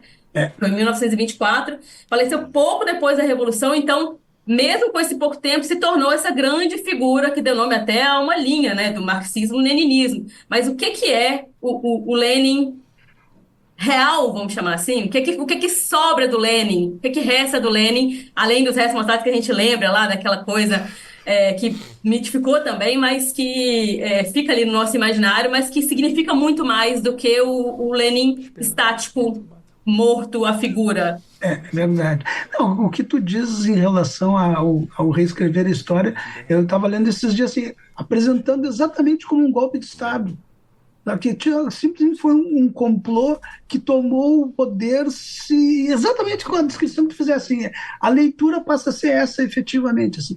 Mas realmente, se for pensar o personagem Lenin, ele tem qualidades que são absurdas e, assim, e que antevê coisas com muita antecedência. Assim. Ele começa a perceber os acontecimentos internacionais bem no começo do século, lá no Congresso do Partido Socialista e Democrático Operário Russo, lá em Londres, já começa a antever a situação internacional, preparando, enxergando aquilo, mas a grande qualidade dele é assim, que além dele ser um sujeito internacionalista, capaz de enxergar o mundo, ele olhava para o lugar onde ele ia trabalhar, onde ele ia agir efetivamente e conhecia o que estava fazendo, sabia o que ele tinha, ele tinha um conhecimento do seu próprio país, das suas necessidades, do seu povo. A dificuldade que a gente acabou tendo é assim, isso que eu disse assim, se terminou virando uma certa, dentro do panteão, virou um dos santos do socialismo, virou uma coisa em que, até para justificar algumas coisas havidas na União Soviética em determinados períodos, assim, botaram tudo na conta do Lenin para tirar, o personagem era ele e tal, coisa. Então, assim, realmente é uma figura fundamental, histórica, de um grande tamanho, e que ajuda a produzir o que talvez seja mais importante, ele ajuda a construir uma liderança coletiva que responde a uma revolução. Ele tem um papel fundamental como ser, como indivíduo, como papel dele na história, que é indiscutível, mas ele consegue construir um partido que cumpre um papel que nunca visto na história antes. Ele consegue fazer isso, motivar de um lado e de outro, na teoria, conseguir construir propostas e encaminhamentos que sejam fundamentais, sejam corretos, e se torna realmente uma das figuras mais emblemáticas e mais atacadas também. Hoje passou a ser o saco de pancada de todo mundo. Hoje, ele acaba sendo identificado assim, como alvo a ser abatido e que deva ser mostrado como o golpista, o inimigo do povo, o sujeito que estava por trás do que o Stalin fez, que na verdade era isso mesmo, já estava tudo planejado, e que o socialismo é isso mesmo, é escravidão. E quando a gente vê que era justamente o contrário, sobretudo nos primeiros anos da Revolução, nós ouvimos uma explosão de liberdade, explosão das liberdades, dos direitos das mulheres, da cultura, da construção da poesia, do cinema, da indústria, de tudo. Assim, foi um processo extraordinariamente potente naquele período. Então, não tem nada a ver com digamos assim, o cenário da escravidão que é passado, que nos é vendido, o livro negro do comunismo e essas coisas, que se tornaram, mas é que vira, digamos assim, quando o cara vai procurar, eu gosto de fazer isso, porque às vezes estou lendo sobre a Segunda Guerra Mundial, e tu vai procurar um verbete, quando tu entras, tipo assim, sei lá, batalha tal, já começa assim, os massacres do Lenin, para tu chegar no que tu quer saber, o que aconteceu em Kursk. Não, tu tem que cruzar com centenas de textos anteriores dizendo que o Lenin era isso, que era um assassino, que mataram não sei quantos, botam na conta dos comunistas todos os mortos na Segunda Guerra Mundial, que causou a Segunda Guerra Mundial. Você, não, os comunistas mataram 22 milhões de russos e mais não sei quantos de fome. Como assim? Então tem isso tudo, assim, acho que é uma figura que nós vamos precisar responder, recuperar, porque o mundo está precisando de um programa revolucionário. Nós precisamos ter algum nós temos que, digamos assim, aparentemente o neoliberalismo está chegando no seu limite, está sendo substituído por uma outra forma que a gente não sabe qual vai ser o desenho que vai ter. Tem digamos assim, aparentemente um certo protecionismo, talvez um renascimento do nacionalismo, enfim, tem uma série de desenhos que a gente tem que talvez pensar. Eu sei que eu vou dizer uma coisa aqui que vai ser antipática, mas assim, tem algumas coisas que o neoliberalismo, pelo nível de exploração e de transformar a vida numa coisa tão ruim, que passaram a ser ressignificados e passaram a ter uma noção de resistência. Então, assim, família, para sobreviver hoje no mundo que a gente vive, as pessoas dependem da família para viver mesmo. Dependem, assim, porque vivem Então, assim, a família passou a ter um outro desenho que não é aquela coisa, só apenas aquela coisa patriarcal que a gente combatia, etc. Se tornou um espaço de sobrevivência. As pessoas têm que viver e um apoia o outro para viver e não tem jeito. E é isso que acontece. A própria questão da religião, isso a gente tem que pensar e enxergar isso com um olhar que nós estamos diante de um fenômeno, entende? Que é isso. Assim, o que nós vamos fazer com a religião? Que ela tem um aspecto que é absolutamente reacionário, não há nenhuma dúvida disso, mas assim, também tem um aspecto cultural, também tem um aspecto de que a gente precisa pensar como enfrentar e como trabalhar com essa ideia. E a outra é a questão de soberania nacional. Nós vamos ter que pensar nesses temas. E como responder. Mas acho que o programa se articula em recuperar os valores socialistas, os valores da solidariedade, os valores, enfim, de uma ideia de trabalhar o progresso e a felicidade coletiva e não de uma forma individual, que é o que a gente vive hoje, que é um individualismo nojento, absurdo, e nós vamos ter que articular essas categorias de família, de religião. Precisa pensar como articular esses valores, entende? A gente não pode deixar na mão da direita isso, não podemos deixar na mão deles esse tempo, porque esse tipo eu vou dizer assim, eu tive uma experiência na minha juventude de trabalhar junto com a esquerda da Igreja Católica, cara. Foi uma experiência maravilhosa. Eu aprendi muito com eles. Posso não seguir a sua religião, mas a sua prática foi um negócio espetacular. Eu aprendi muito mais com eles do que em muitos anos de leitura.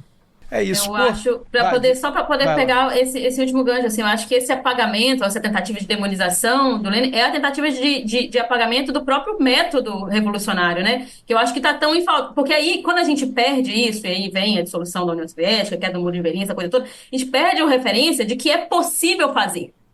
E acaba se readequando ali ao liberalismo, depois ao neoliberalismo, e aí vira essa coisa de, não, peraí, tal. E se não há saída, os caras vão escolher a saída que eles já conhecem, que é o fascismo. A gente não dá uma resposta, né? Acho que nós vamos acabar entrando nisso quando for falar da eleição aí do Trump, mas um pouco é disso. Então, é um apagamento do método, dessa disciplina militante que eu acho que falta também. Eu não estou falando de burocracia partidária, estou falando de gente, inclusive, para descentralizar, né? Tirar das instituições essa coisa de que são elas que organizam, porque povo também se organiza, né? E é possível se organizar a partir das nossas satisfações. Só pensar também no contexto que gerou lideranças populares como o Lula, por exemplo, em que a gente tinha as comunidades eclesiais de base, a gente tinha as associações de moradores, e isso tudo acabou dissolvido nessa lama do neoliberalismo, né? E hoje é difícil a gente se organizar, então assim, precisa de novas formas também. Eu vejo que essa coisa que eu falei do dogmatismo à esquerda também, do Lenin como uma coisa extraordinária, é como se para dizer assim, não, só foi possível porque era ele. Então também não tem, a não ser que surja outro Lenin, a gente não vai conseguir fazer. Sendo que o que ele fez foi justamente organizar, né? Organizar um partido, organizar um povo, organizar uma imprensa revolucionária, né? E seus propagadores, e pensar nisso. E nós estamos falando isso aí numa Rússia que era agrária e analfabeta. Como é que eles conseguiram isso, né? Quer dizer, é possível. A gente viu também depois com a revolução na China, uma China que também era agrária, uma China que também se revolucionou a partir, né, da mobilização popular, com uma liderança forte, mas uma mobilização sempre popular. Então, assim, não negar a capacidade de mobilização da nossa gente. Eu acho que está faltando um pouco disso. A gente continua, as nossas lideranças políticas e partidárias continuam subestimando o poder popular. E a experiência do Fórum Social Mundial, para mim, é fundamental. Foi fundamental, inclusive pelos seus erros, porque a decisão de não fechar programa, não ter propostas defendidas pelas ONGs, que não, tem que ficar tudo aberto. Nós perdemos uma grande possibilidade. A riqueza dos debates que nós tivemos nos fóruns foram coisas espetaculares. Assim. Saudade, viu? Muita. E assim, e tu tem toda a razão, assim, aquela possibilidade, aqueles acontecimentos mostraram que a gente pode produzir. O slogan de um outro mundo é possível foi fundamental. E assim, e uma geração acreditou naquilo. E é o que está nos faltando hoje. Assim, conseguir conversar com o pessoal mais jovem e entender assim, dá para construir uma coisa diferente. É possível fazer isso. E para aí precisa de método, daí precisa de organização, daí precisa, sobretudo, de programa. Porque as pessoas não se organizam para estarem organizadas. Elas se organizam para fazer alguma coisa. Para fazer alguma coisa, tu tem que ter um objetivo. Se tu tem um objetivo, tu tem que ter... Como é que a gente faz para chegar naquele objetivo? Tu tem que definir coisas. Então, esse método precisa ser recuperado de uma forma que a gente não pode se contentar em ter máquinas eleitorais e achar que tu elegendo alguém, tu vai resolver o problema. Não vai. Primeiro, tu está terceirizando a responsabilidade. Que a responsabilidade é muito mais tua, muito mais nossa, do que pensar que tu vai eleger alguém, um vereador, um deputado, um presidente da República, e ele vai fazer tudo sozinho. E tem muito da nossa cultura da esquerda, muito de meio que passar essa hipótese. Não, vamos agora na eleição para resolver tudo. Não vai. E recuperar o método é tudo. O método é o programa. É como se tivesse tarefa só durante a eleição, né? Como se a gente não tivesse que desenvolver as tarefas. Porque eu falo isso, gente, não me marca reunião para marcar reunião. Você sai da reunião com reunião marcada. Não, eu quero sair com reunião com encaminhamento. O que cada um vai fazer e tal. Até porque, para poder já pegar um gancho que a gente está falando de organização e encaminhamento, gente, eu gosto de dar essas pílulas assim de pitaco, sabe, o Porto?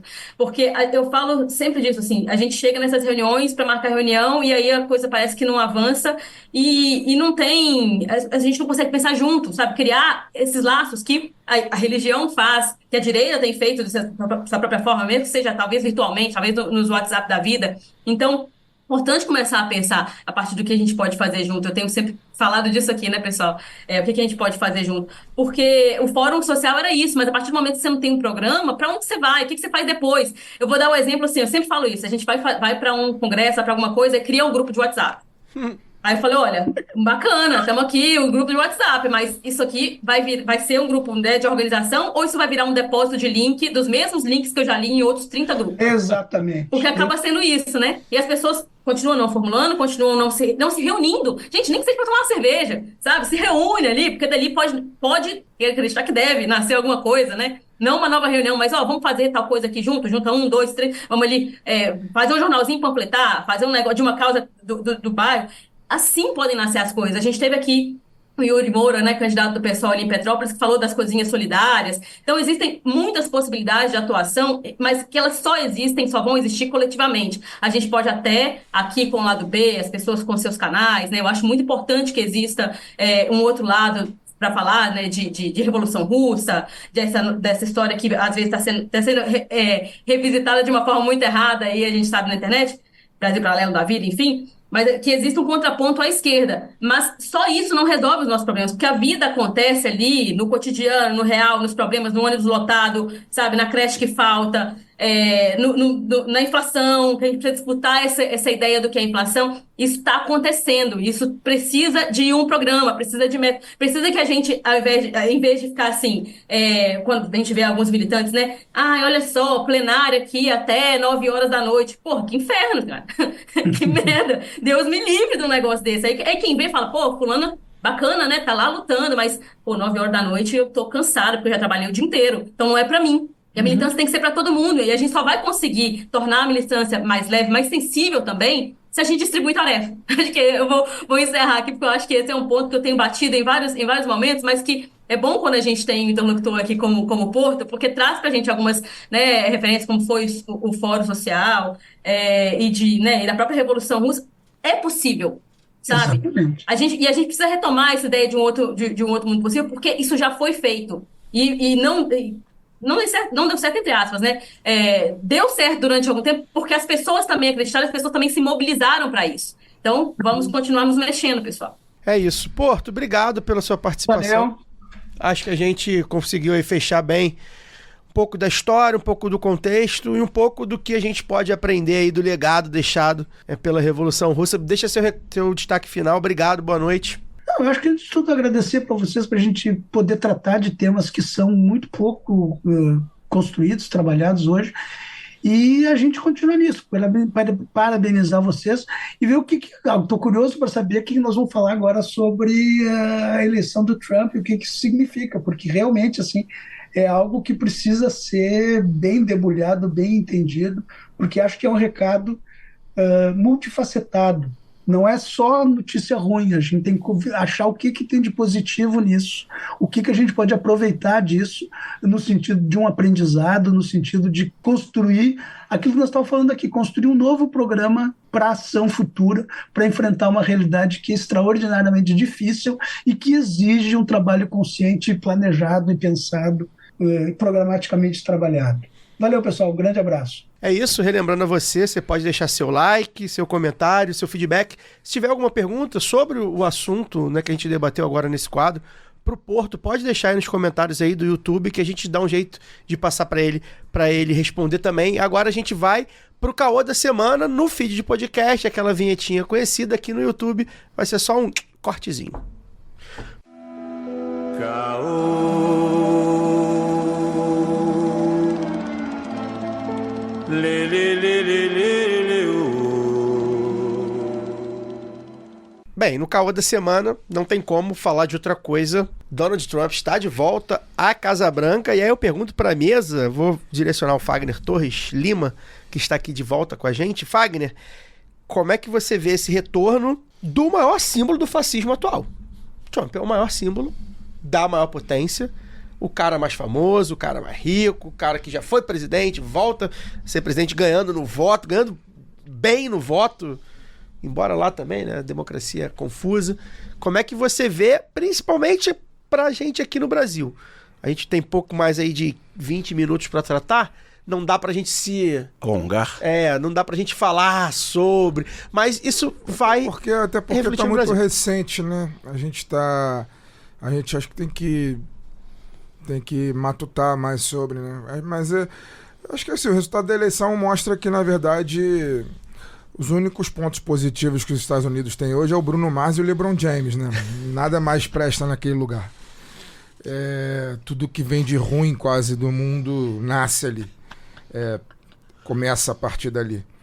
O consulado americano que não assiste esse programa, senão não vai me dar visto para poder ver o Mundial de Clubes no ano que vem. Mas não vai ter esse Mundial, não, relaxa. Mas, rapaz, falando um pouco mais sério agora, complicado, porque já era esperado, na verdade, assim, eu acho que eu acompanhei muito o desenrolar dos fatos pela Globo News, não a noite toda, como algumas pessoas que eu conheço, né? Eu dormi cedo, inclusive, na terça-feira, mas eu, durante a tarde ali, final da tarde, início da noite, já fiquei muito tempo ligado na Globo News na minha casa para poder acompanhar o desenrolar, e eu tava achando esquisito o tesão que eles estavam, não o tesão que eles estavam na transmissão, mas a sensação de otimismo que pairava no ar, assim. As pessoas, acho que o canal tava com expectativa de que a Kamala Harris vencesse a eleição mesmo. E nenhum número indicava isso. Assim, era, né, as pesquisas indicavam ou que estava muito apertado, né? Ou vantagem do Trump. Pois é, e eu particularmente acho que era esperado que o Trump vencesse a eleição, porque, enfim, o governo Biden, embora algumas pesquisas indiquem, né, que a economia americana melhorou e etc e tal, foi um governo de estelionato, né, de estelionato eleitoral, de suas próprias propostas, né. Foi um governo de capitulação, e a gente sabe que quando o governo capitula em cima de suas propostas para poder manter um status quo que não é favorável à maioria da população, a tendência é o seu opositor voltar com mais força, e foi o que aconteceu. Para o Brasil, acho que, né, fica, eu acho que o aprendizado para o nosso governo, né? Eu espero que o nosso governo aprenda com um resultado óbvio, né? Cada país tem sua especificidade, mas a rigor, muita coisa que acontece lá acontece aqui, né? E aí eu acho que o nosso governo tem que aprender com essa lição, né? Que eu já vi o presidente Lula falar algumas vezes aí nos últimos meses, né? Que só governos incompetentes não se reelegem, etc, etc, etc. Eu acho que agora a tendência é que ele tenha, aqui, né, falando da gente aqui, a resistência fascista ganhou uma sobrevida muito importante, a sobrevida mais importante que eles tinham, né? Se é um país que era importante voltar a um governo fascista para fortalecer os fascistas vizinhos, esse país é os Estados Unidos. E agora aconteceu. Eu acho que a tendência vai ser uma pressão muito grande assim, em cima do nosso STF, questionamentos da nossa democracia, né? A gente sabe os filhos do desgraçado lá, um dos filhos parece do desgraçado que governou o país até 2022, estava lá, né, acompanhando a apuração lá nos Estados Unidos, né? Esse desgraçado foi incapaz de ir ao Rio Grande do Sul quando aconteceu o que aconteceu lá há meses atrás, né? Mas agora, para poder lamber a bunda do fascista laranja, ele, né, faz questão de pegar o avião e ir para lá. E aí, cara, eu acho que dias bem difíceis nos aguardam, assim, de luta intensa nos aguarda. Eu acho que a gente tem que se fortalecer de todas as maneiras, aí falando individualmente cada um, acho que a gente tem que se fortalecer, porque o futuro não se apresenta como fácil, não. Eu só discordaria do estelionato eleitoral, porque o Partido Democrata é isso aí, né? Sempre foi. Não trazia grandes promessas. A promessa era derrotar o Trump. Né? Tanto que a eleição de 2020 foi a eleição com o maior número de votos da história dos Estados Unidos. A apuração ainda não acabou. Aquilo que a gente fala, né? O resultado está definido por causa do colégio eleitoral e tal. A diferença é grande, não deve mudar do voto popular também, mas estão contando voto ainda, tem estado com menos de 70% das urnas apuradas, mas os números até agora são de 72 milhões de votos para o Trump e 68 milhões para a Câmara. Mais cedo era 67. A diferença, inclusive, tende a diminuir um pouquinho, embora a Câmara não deva passar no voto popular. Mas, para efeito de comparação, em 2020, foram 81 milhões de votos para o Biden e 74 para o Trump. Então, o Trump teve menos votos até agora, né? Pode ser que ele passe com o prosseguir da apuração, mas é uma diferença bastante significativa, né? São mais de 10 milhões de votos a menos para o Partido Democrata, e o próprio Trump, vencedor, ainda com menos votos, deve talvez no máximo empatar com a votação que ele teve em 2020. Então isso revela um desencanto mesmo, né, de boa parte da população com o sistema político, um tanto faz. Uma parcela significativa da sociedade dos Estados Unidos se mobilizou em 2020 para tirar o Trump da presidência, e Biden, convenhamos, não é nenhum grande exemplo de grande carisma, né, de eloquente orador, para tirar o que tirou as pessoas de casa em plena pandemia, vale lembrar, pré-vacinação em novembro de 2020, foi a expectativa de tirar o Trump da cadeira, e agora essas pessoas sabiam que ou era Kamala ou era Trump, e elas não se mobilizaram para impedir a volta do Trump, que as mobilizou em 2020. O perigo do tanto faz, né? Exatamente. Entenderam que tanto faz. Então é aquela coisa, tiramos o Trump, a pandemia acabou, ok, mas se as populações periféricas continuam morrendo, se continua tendo um verdadeiro apartheid social, né, das minorias étnicas nos Estados Unidos, se as pessoas continuam pedindo Uber para ir para emergência, para não gastar $2-3 mil na ambulância, né? Se não tem tratamento de um sistema de saúde não necessariamente gratuito, mas pelo menos pagável para boa parte da população, se as pessoas continuam precisando trabalhar em 3 empregos para conseguir ter uma subsistência mínima, e se os preços continuam aumentando no mercado, as pessoas falam, bem, então não vou sair de casa, vou me mobilizar, né? E lembrando, eleição dia de semana, já é desmobilizante no inverno, normalmente mesmo. No inverno, então você pode ter que... Em lugar pobre tem pouca sessão, então o sistema é todo... O Fagner falou da democracia americana. Mas você pode votar pelo correio. Você pode votar pelo correio também. Um mês antes, mas aí o voto pode sumir, né, e tal. Exatamente. Então, em lugar pobre tem pouco lugar para votar, você tem que ficar do lado de fora, em Utah, em novembro, com menos 2 graus, na fila... no dia que você tem que trabalhar. Tem que fazer muita diferença. Então tem que fazer muita diferença. Sem contar o próprio formato do país, né? Com muita autonomia dos estados. Então, cada estado é uma regra, por aí vai. Acaba que o presidente tem uma... O fato é que... Não é um país sério, né? O fato é que... A verdade é essa. consulado, não assista esse... O meu tá garantido até 2028. Mas o que o Fagner falou, da lição que fica pra gente se realmente a gente ter tirado um desgraçado de lá em 2022, como eles tiraram em 20, mas se aspectos fundamentais da minha vida não melhoram, pra que eu vou me importar, né? Que diferença vai fazer?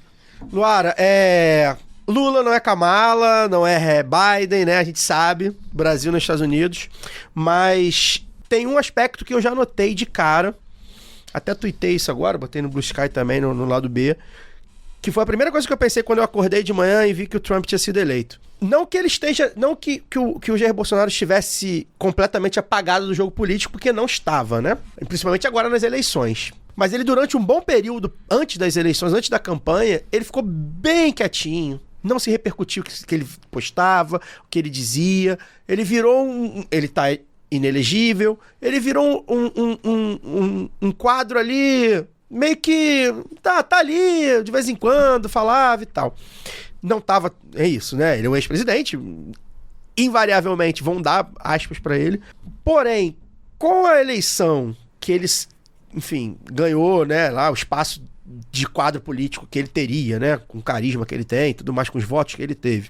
E com a volta do Trump, o Bolsonaro já voltou ao jogo político no Brasil de uma maneira muito clara. Nos últimos dias, 2 dias, né, foi quarta, né, quarta e quinta, com a volta do Trump, já estão dando aspas para ele, já estão dando aspas para os aliados dele, mais do já que... tem até vice. Já tem até vice. Tem a Veja, acho que a última edição da Veja, inclusive, se eu não estou enganado, a capa é ele dizendo, o candidato sou eu. Então, o que eu acho que a primeira coisa que a gente vai ver com o Trump, com a volta do Trump, é Jair Bolsonaro novamente no jogo, de uma maneira assim, vão fingir que ele que ele tá elegível, né? Eles vão fingir que não existe isso até ser derrubado, ou mesmo que não seja derrubado, até se construir um nome para substituí-lo, né? E isso para mim tá muito claro. Como é que você vê aí a volta do Trump refletindo aqui na política brasileira? Não, é exatamente isso, né? Esses balões de ensaio aí que ficam lançando, essa imprensa declaratória que não aprendeu com nada, porque não quer aprender. Porque, na verdade, a eleição do Trump prova isso, assim, que se os caras tiverem, né, que abraçar o fascismo para poder negar qualquer avanço de direito para o povo, para as pessoas, eles vão fazer isso, porque a lógica é o lucro. Tanto que não é por acaso que uma das maiores preocupações da comunidade internacional, de quem ainda se preocupa, né? Com a questão climática, porque ter um negacionista à frente de uma das maiores, né, economias, ainda que questionavelmente aí em declínio e tal, mas uma das maiores economias, uma economia importante, um nome de peso dentro da discussão econômica mundial, ter à frente dessa economia um negacionista é fundamental para a sobrevivência do capitalismo, porque um sistema que sobrevive com essa coisa, né, do lucro sob qualquer custo, ele precisa negar as condições climáticas de hoje. Ele não admite retroceder em nenhum aspecto. Chama isso de retrocesso, né? Eu chamo de sobrevivência, mas os caras chamam de retrocesso. Então, o negacionismo é um desses pontos de convergência do Trump com o Bolsonaro e com a organização da extrema-direita mundialmente. E eu acho que você fez uma leitura correta, cara. Acho que é por aí mesmo. Vão fingir até a hora que não tem nada disso aí, não, vamos passar para... Porque até usando essa coisa como uma democracia forte, né? O Partido Democrata continua insistindo nessa coisa de uma transição pacífica, porque lá não tem justiça eleitoral, então...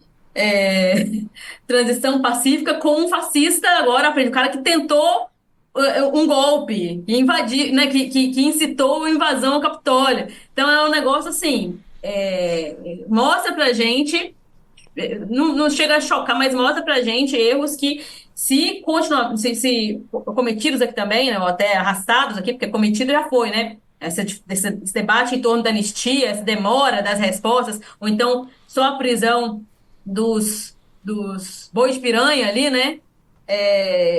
Não vai resolver esse cinema com o que foi tanto o episódio do 8 de janeiro quanto os diversos crimes de Jair Bolsonaro.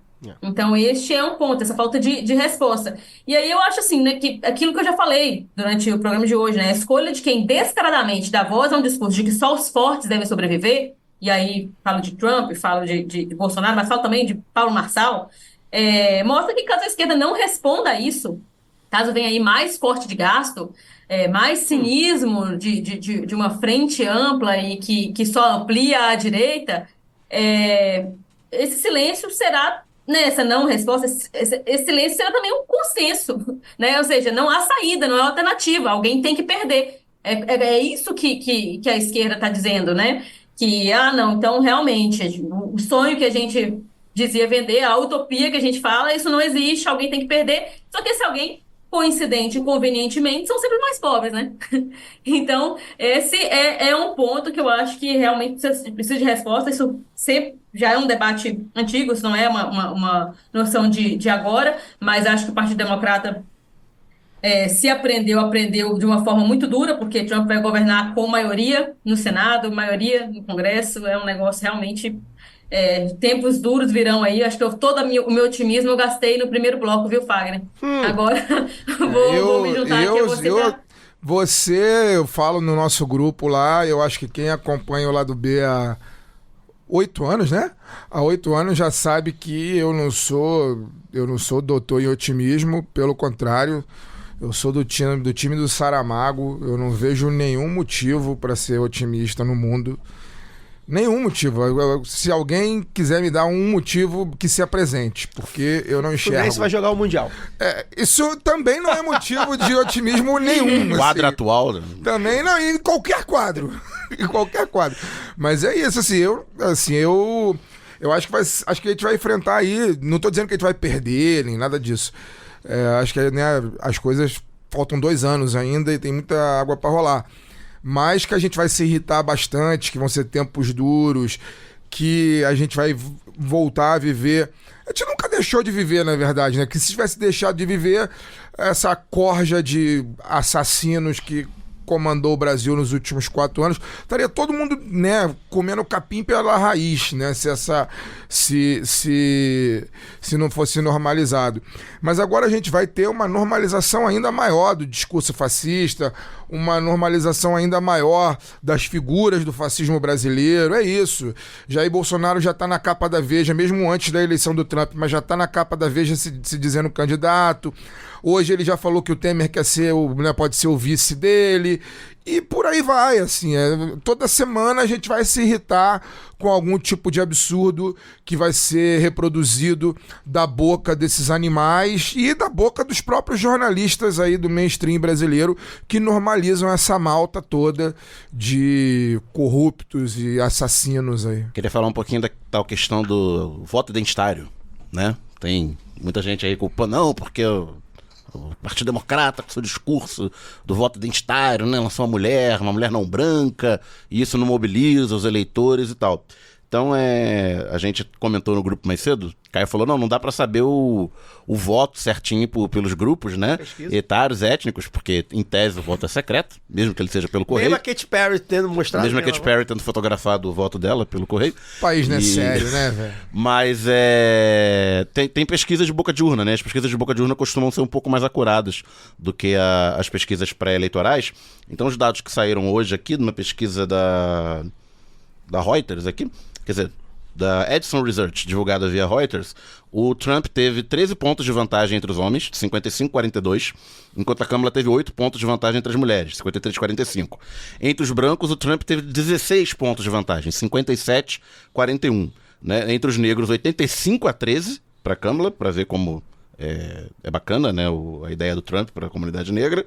Para a comunidade, né, entre o voto hispânico-latino, 52-46 para a Câmara, asiático, 54-39 para a Câmara. Nas faixas de idade, o Trump venceu decisivamente apenas em uma faixa etária, de 45 a 64, mesmo ele tendo uma vitória significativa. Ele venceu apenas entre 45 e 64 anos, de 54 a 44. Nos acima de 65, empate, 49-49. Entre 30 e 44, empate técnico, 49-48 para a Câmara. E entre os jovens, né, de 30 anos para baixo, 29 para baixo, 54-43 para a Câmara. E entre detentores de diploma universitário, 55-42 para a Câmara. E sem ensino universitário, 56-42, também 14 pontos de vantagem para o Trump. Então, o eleitor típico do Trump é um homem branco, de meia idade sem educação universitária. Então, se isso não é identitário, Homer Simpson, né?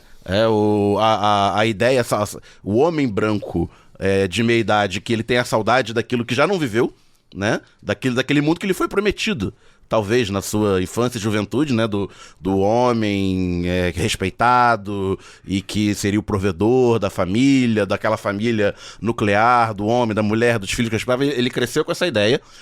Quem está com 60, 50, 60 anos hoje talvez já não tenha vivido isso, já tenha vivido um mundo em transformação e acumulando ressentimento por não ter vivido isso, né? E o Trump aparece aí nos últimos 10 anos já prometendo, né? Make America Great Again, né? Faça a América grande de novo, aquilo que ela um dia foi, aquilo que você não viveu, essa América mítica. E também, para ficar nessa questão da identidade também, eu falei aqui que a Câmara ganhou no voto negro, no voto latino, mas a gente teve um crescimento, segundo as mesmas pesquisas, um crescimento bastante significativo do Trump entre minorias, entre mulheres e, sobretudo, entre hispânicos, né? Entre hispânicos, acho que aumentou 30 pontos percentuais. Talvez porque parte desse eleitorado hispânico, na verdade, não se identifique com eles querem ser americanos, pô. Aí tem duas coisas. Eu vi uma análise interessante hoje no Blue Sky. Eu acho que tratar classe costuma dar bons resultados para eleitorais. Mas assim, que falava que por que tem mulher que vota no Trump? Por que ele aumentou a votação dele entre as mulheres, embora tenha perdido? A oposição aí não é mulher-homem, não é vista como mulher-homem na narrativa, né? É família contra destruidores da família. E por que tem negros que estão votando? Porque não é branco-negro, né? É quem acha que faz diferença a questão racial e quem acha que racismo é mimimi. É a mesma coisa aqui. E sobre o voto hispânico, né, tem duas coisas. Uma que é a oposição, na narrativa deles, a oposição não é entre hispânicos e brancos, é entre gente de bem e criminosos que estão vindo. O hispânico é o criminoso. Né? E tal. E, segundo, o voto latino nos Estados Unidos não é uma verdade. Não existe um bloco homogêneo latino. Tem vários tipos de origem, tem mexicanos que migraram há 40 anos, mexicanos que migraram há 50 anos, os que eles chamam de terranos, que é gente que era de família mexicana e continuou no mesmo lugar. O México que deixou de ser lá. Os Estados Unidos é que ocupou o território. Então, acho que 20% da população latina, de origem latina dos Estados Unidos, está no mesmo lugar há 200 anos. É que o país mudou de lugar, mas eles estão lá no mesmo lugar.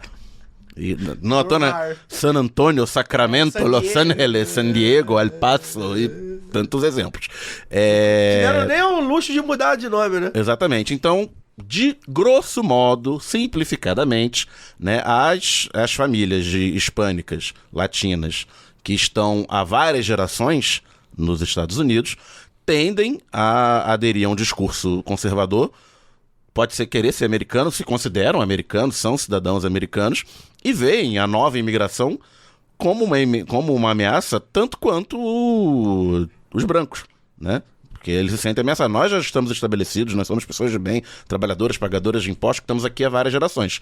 E isso é um fator.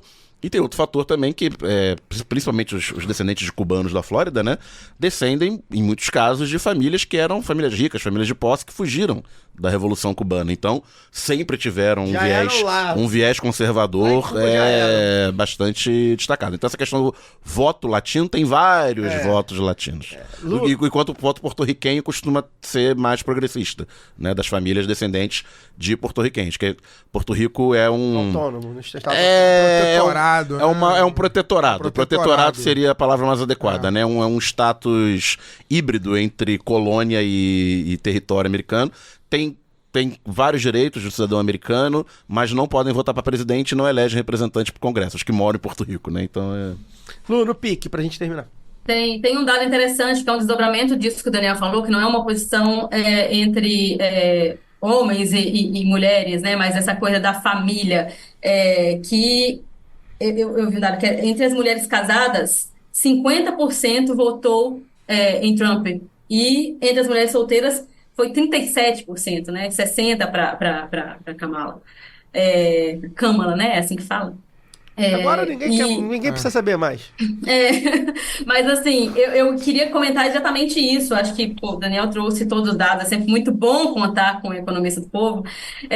Mas quando a gente fala do que eles chamam, né, de identitarismo, como se não fizesse parte da vida das pessoas, como se não tivesse reflexo na vida das pessoas, coisa, né, da identidade ser atravessado pelo fato de ser mulher, pelo fato de ser latino, pelo fato de ser negro.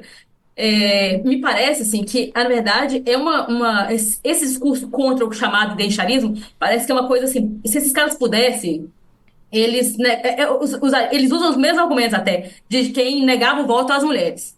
É uma coisa assim, quando você vai estudar a história e a oposição da ideia do voto das mulheres, os argumentos são mesmo dessa galera que fala de identitarismo como se fosse uma coisa que é o mal maior da esquerda. Eu fico absurdada. E aí é sempre...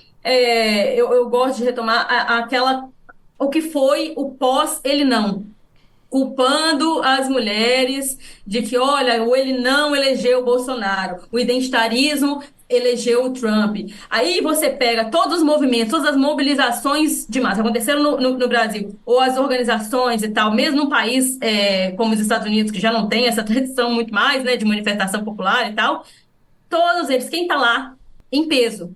Mulheres, geralmente mulheres negras, arrastando aquele povo, de algum jeito. A resistência tem identidade, gente.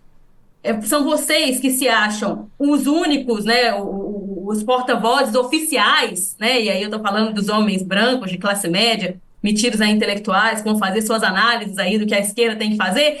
É como se eu dissesse assim, olha, a esquerda tem que me ouvir, e só ouvir a mim, e continuar só ouvindo o que eu tenho a dizer. Esquece esse negócio de ouvir mulher, esquece esse negócio de aborto, porque também colocaram lá que a Câmara falou muito de aborto, que não sei o que lá, mas isso acabou moderando até os discursos do Trump, que começou a falar que, veja só, não é que eu sou contra o aborto, deixa que cada estado faça aí como achar melhor. Quer dizer, houve uma moderação, porque isso, ao contrário do que acontece no Brasil, e ao contrário do que existe, né, para extrema-direita, para direita conservadora, né, com religião também, lá era uma coisa consolidada, que as mulheres sentiram que perderam e que a Câmara trouxe com força, porque, gente, então, também não seja ingênuo, não é por uma questão plenamente só de ideologia e tal, não. Existe pesquisa para isso, sabe? O Partido Democrata deve ter visto, olha, vamos por aqui, que esse é um discurso que a gente consegue se contrapor, ali é o que é a voz do Donald Trump, é o que é a voz do Partido Republicano hoje.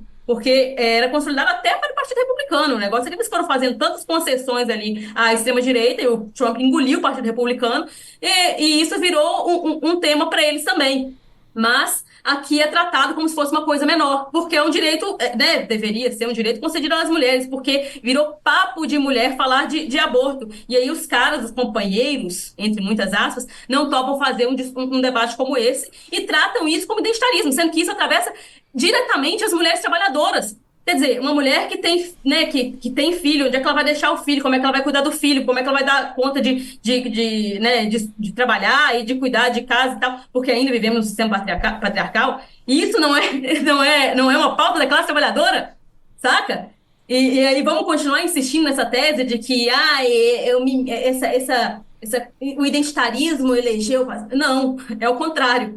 É porque vocês, homens brancos, de classe média que ainda tem voz, continuam insistindo nas mesmas teses falidas, nos trouxeram até aqui sem respostas. Ouçam as pessoas mais oprimidas do mundo e vocês vão ver que a gente tem saída, a gente tem resposta.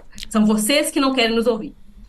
Para fazer a conexão com o tema do primeiro bloco do programa, o aborto foi legalizado na União Soviética em 1920. Pois só para deixar registrado, né, uma vitória do Elon Musk, né? Bom lembrar que estará aqui no Brasil, já anunciou aí que está procurando um gerente para o escritório do Twitter no Brasil, ficar de olho.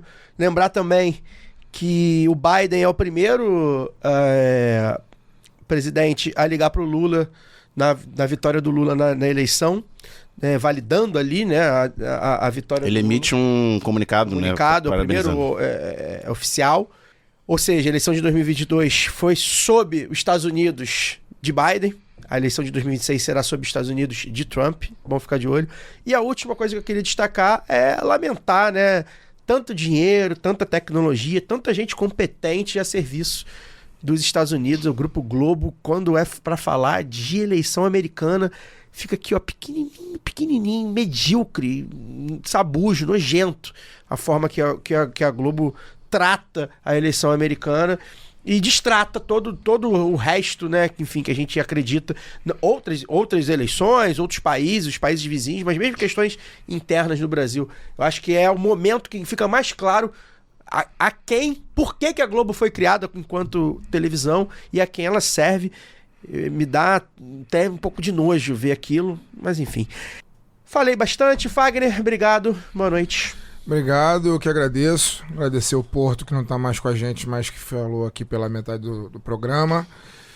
Agradecer Luara, Caio, Daniel, e é isso. Semana que vem a gente está de volta. Vamos ver o que vai rolar, né, nesses próximos dias. Eu acho que, assim, a tendência é que o noticiário fique cada vez mais quente daqui para frente. E aí, galera, protejam-se, leiam bastante, assistam muitos filmes, curtam o time de vocês, vai correr, vai fazer uma malhação para poder a cabeça aguentar o dia a dia, que eu acho que não vai ser fácil, não. Daniel, boa noite. Valeu, gente. Obrigado a todo mundo. Semana que vem a gente não tá de volta. Isso. Porque é feriado. É verdade. Semana que vem é G20, né? Isso. Na semana seguinte o programa tá de volta, eu não estarei. E até daqui a 3 semanas. Luara, boa noite. Boa noite. Vai estar no estrangeiro, Daniel? Território nacional.